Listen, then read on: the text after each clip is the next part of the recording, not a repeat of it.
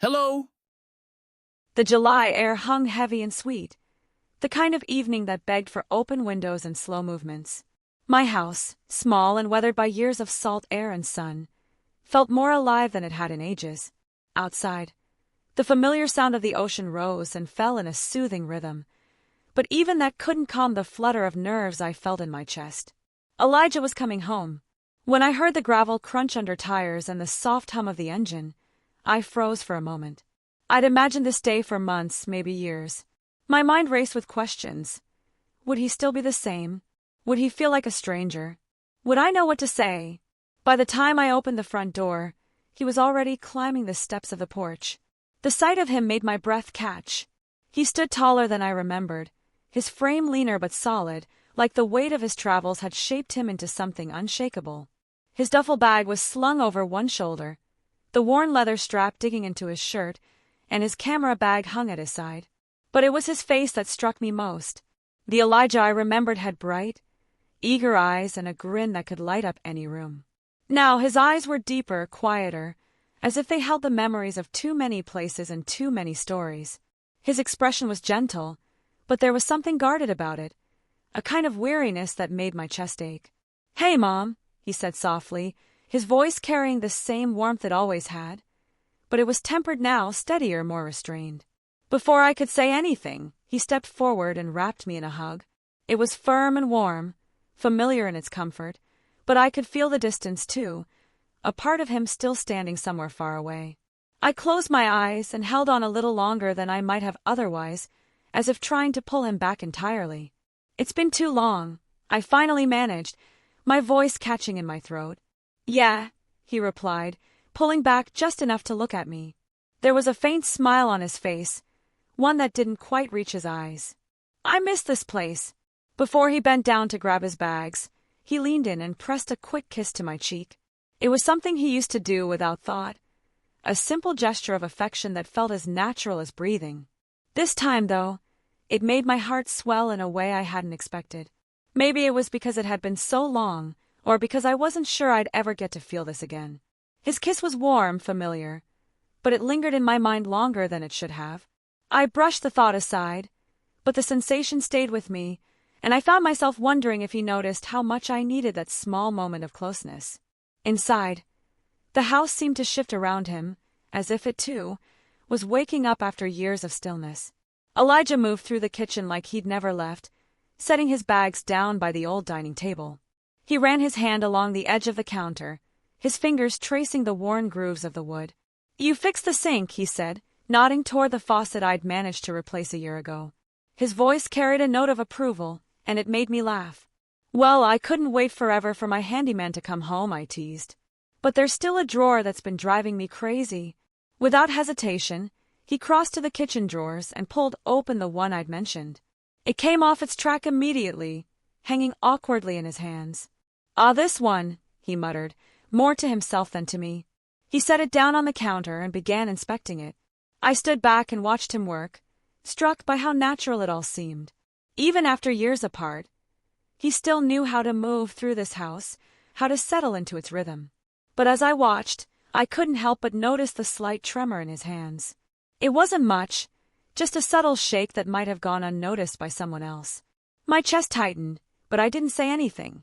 Instead, I busied myself making tea, giving him space to fix the drawer and perhaps himself. After dinner, we settled into the living room. The sun had set, leaving the house bathed in the soft glow of the lamps I'd turned on. Elijah sat on the couch, his camera bag at his feet. His hands rested on his knees, and his gaze drifted toward the window, where the faint outline of the ocean was visible in the distance. "You didn't bring your usual energy with you," I said gently, sitting in the armchair across from him. "Tired from the trip?" He looked at me, his faint smile making another brief appearance. "Something like that," he replied. Then, after a pause, he added, "It's quieter here. Easier, I guess." The silence that followed wasn't uncomfortable. It was the kind of silence that felt full, like it carried all the unspoken words we didn't know how to say just yet. And for now, that was enough. The first light of dawn crept through the curtains, painting the walls of the house with soft, golden streaks. I stirred awake to the sound of distant waves crashing against the shore, a lullaby that had become as much a part of me as breathing. Though the house was quiet, I could feel a presence. Elijah. He wasn't in bed, I knew that much. There was an energy to his being home, a warmth that seemed to echo through the walls, reminding me that, at least for now, I wasn't alone. I padded down the hallway and into the kitchen, my bare feet cool against the tiles. My movements were careful, almost reverent, as if I didn't want to break the fragile peace of the morning. Reaching for the teapot, I glanced out the window and froze. There he was, sitting on the old porch swing. His silhouette was framed by the soft glow of the early sun. He cradled a mug in his hands, the steam curling up in lazy tendrils, and beside him rested his camera bag. The sight of it, so familiar yet untouched, gave me pause. That camera had been his lifeline, his compass through uncharted territories. Seeing it idle felt strange, almost unnatural. I brewed my tea, the familiar motions grounding me, and stepped outside. The door creaked softly as I opened it, and Elijah turned his head toward me, offering a faint smile. He looked relaxed, more so than I'd seen in years, but there was a quietness to him that I couldn't ignore. "Morning," I said, settling onto the swing beside him. The wood creaked under my weight, the sound a gentle reminder of all the years we'd spent in this house.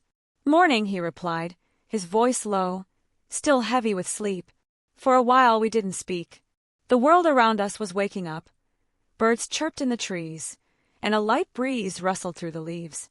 The ocean roared faintly in the distance, steady and soothing. I let the moment stretch, knowing that Elijah would speak when he was ready.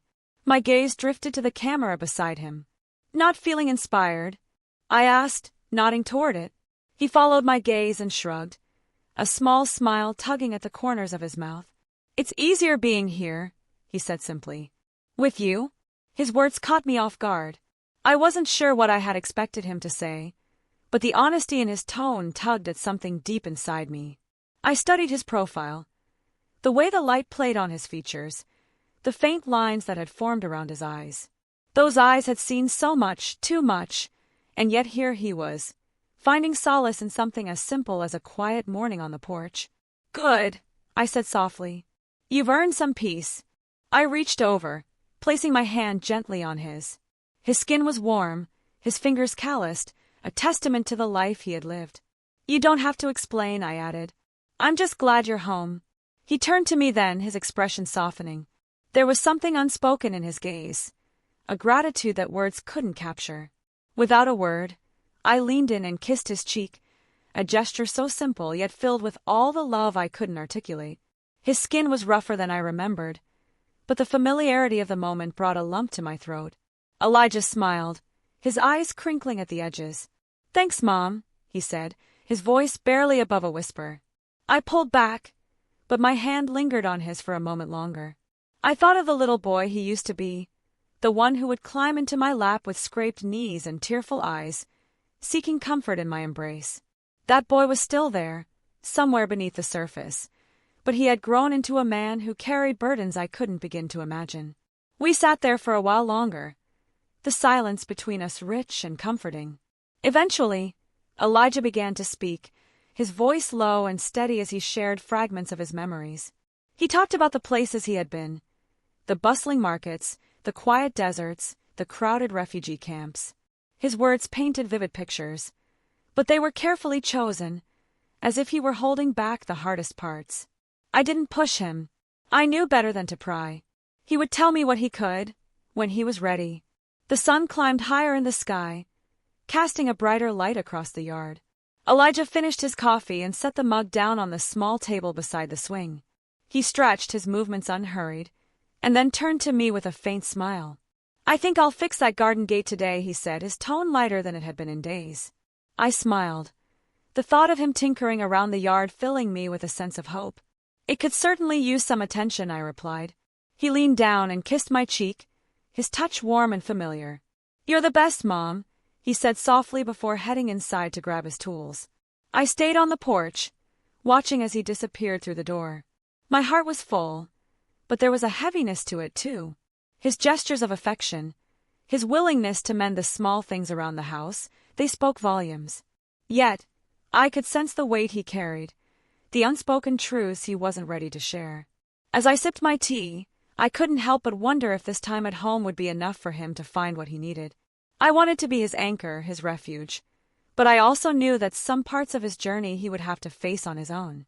The swing creaked softly as I rocked back and forth, the morning sun warming my skin. And for now, I decided, it was enough to simply have him here, to share these quiet moments and hold on to the hope that, together, we could find a way to navigate this new chapter in our lives.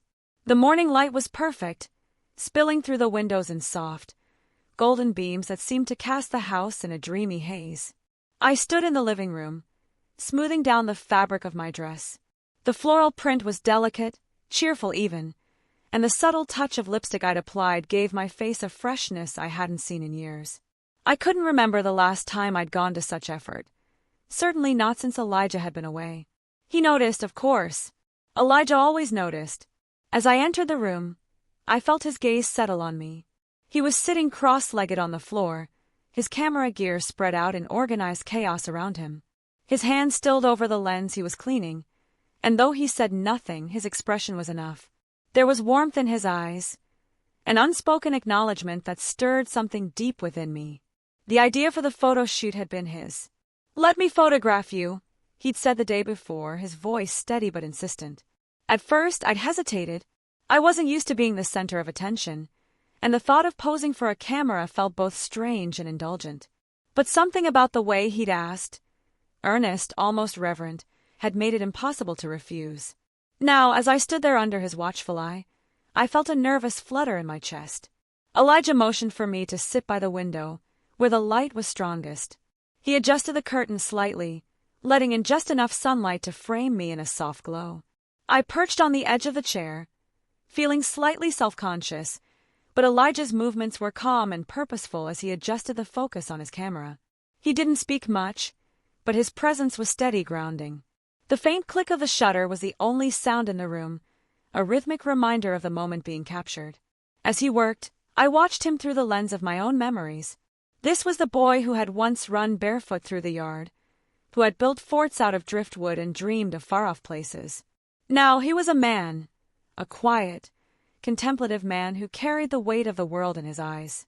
"Relax," I told myself silently, softening my posture and letting my shoulders drop. I thought of the countless faces his camera must have seen over the years, the lives he'd documented, the stories he'd preserved. And now here he was, turning that same lens toward me. Elijah shifted his angle slightly, leaning forward to capture a close-up. His movements were fluid, almost instinctive, and as the camera clicked again, I couldn't help but wonder what he saw through the viewfinder. Did he see the lines etched by years of worry and laughter? Did he notice the way the light caught the faint gray strands in my hair? At one point, he lowered the camera and looked at me directly. There was a softness in his expression, something unguarded. Without thinking, I stepped closer to him, placing a hand lightly on his shoulder. I leaned in and pressed a gentle kiss to his cheek, a familiar gesture meant to convey nothing more than love and gratitude. But as I pulled away, I felt a strange pang of emotion. It wasn't just the act of kissing him. It was the way he looked at me afterward, as if he understood the depths of my affection in a way words could never fully express. His eyes lingered on me for a moment, soft, searching, as though trying to capture the essence of what I couldn't say. I smiled, but my heart was beating faster now, the simple act of a kiss feeling heavier than I had expected. A warmth spread through me, and I realized that Elijah, even in his silence, had a way of making moments feel profound. The photo shoot continued, though the mood had shifted slightly. There was an intimacy now, a sense of shared vulnerability that hadn't been there before. Elijah guided me to stand near the window, where the sunlight painted golden streaks across my dress. He took a step back, his camera clicking in a steady rhythm, and I could feel the weight of his focus on me. By the time we finished, the room was filled with the warm glow of late morning, and I felt both exhilarated and strangely at peace. Elijah set his camera down carefully, his expression thoughtful as he reviewed the shots on his screen. For a moment, neither of us spoke.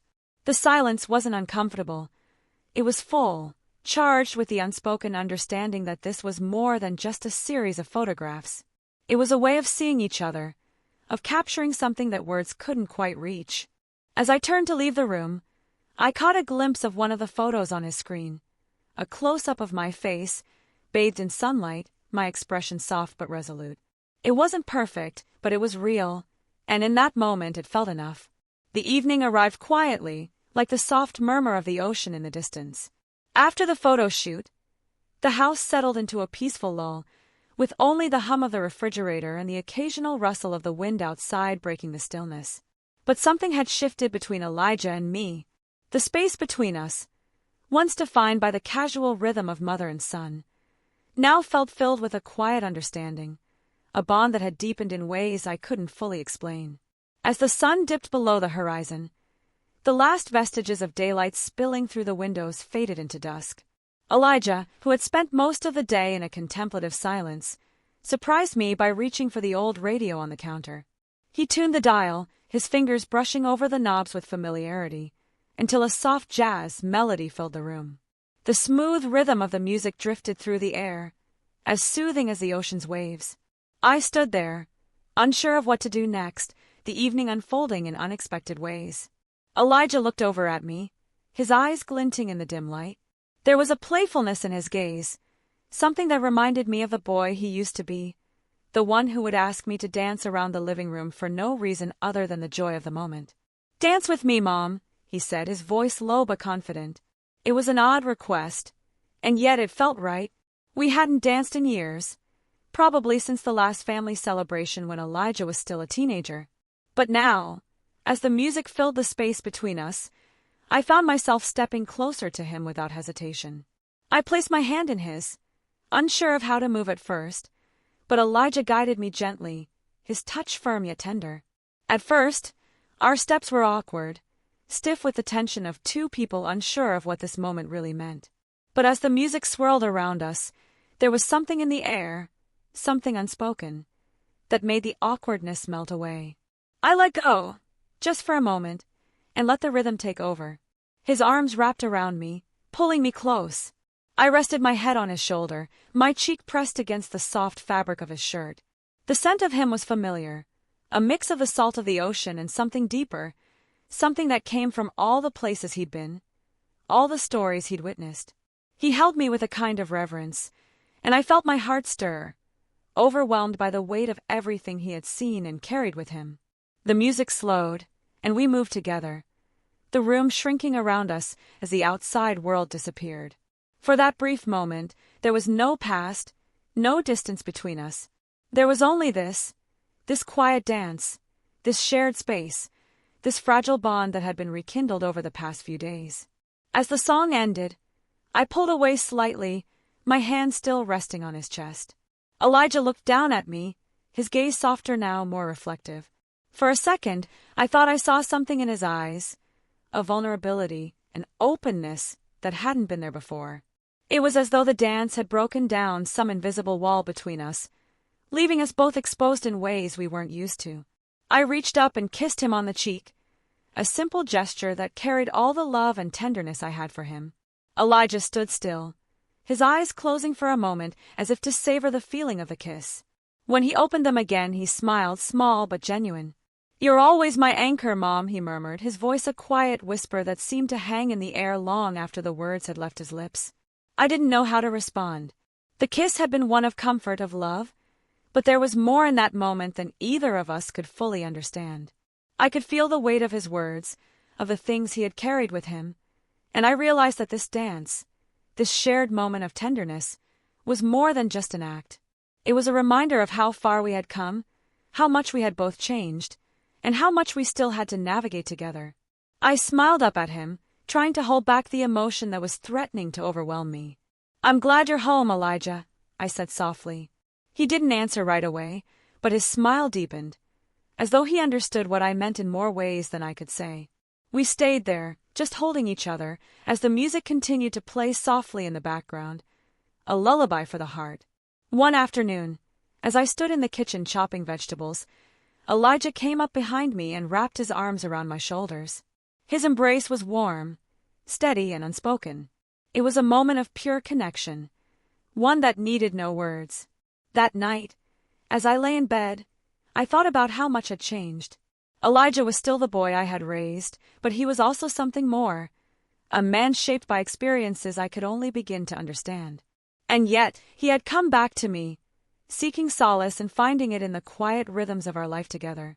I realized then that our journey wasn't about returning to what once was. It was about building something new, something stronger. Elijah and I had both been shaped by time, by loss, by the roads we had traveled. But here, in this little house by the ocean, we had found a way to begin again. As the waves crashed softly in the distance, I closed my eyes and allowed myself to drift into sleep, a sense of peace settling over me. For the first time in years, I felt whole, knowing that Elijah and I were not just mother and son, but two souls rediscovering each other in the most beautiful of ways. Bye-bye!